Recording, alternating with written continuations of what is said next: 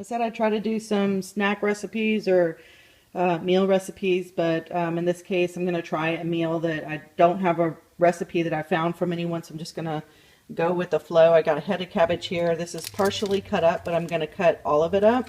And all I did was just cut it in slices, and then I laid it down and chopped it. And you could do it into quarters or slices, whatever makes you happy. That's going to go in the crock pot. I'm going to add probably about a cup of chicken broth, just mainly to add flavor. I don't want this to be a soup, but I want it to be a little wet with some flavor. And then I have a bit of a roasted chicken that's left over, so I'm going to finish it up with that. Throw that on top. Add some seasoning, salt, pepper, garlic powder, whatever sounds good. And I'm going to see how that goes. Pot, I don't know what size it is, but it's pretty big.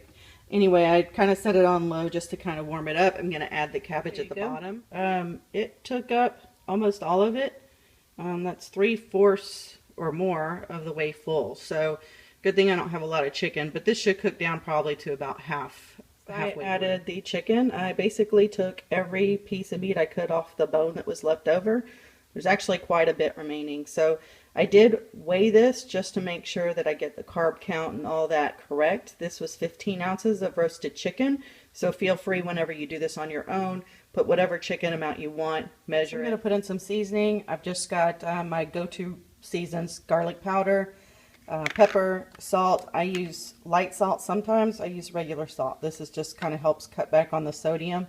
And I chopped onions in there because, well, can't go wrong with that. So I'm going to put the top on it and let it sit for probably about 7 hours. I'll let you know what it tastes like, and hopefully it's good. I'm actually going to add a spoonful.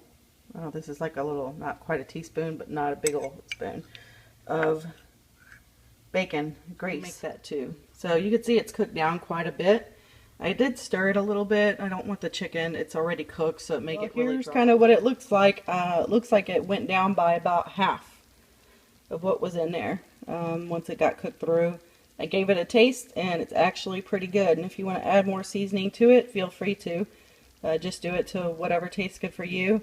And this actually ended up cooking for 4 hours.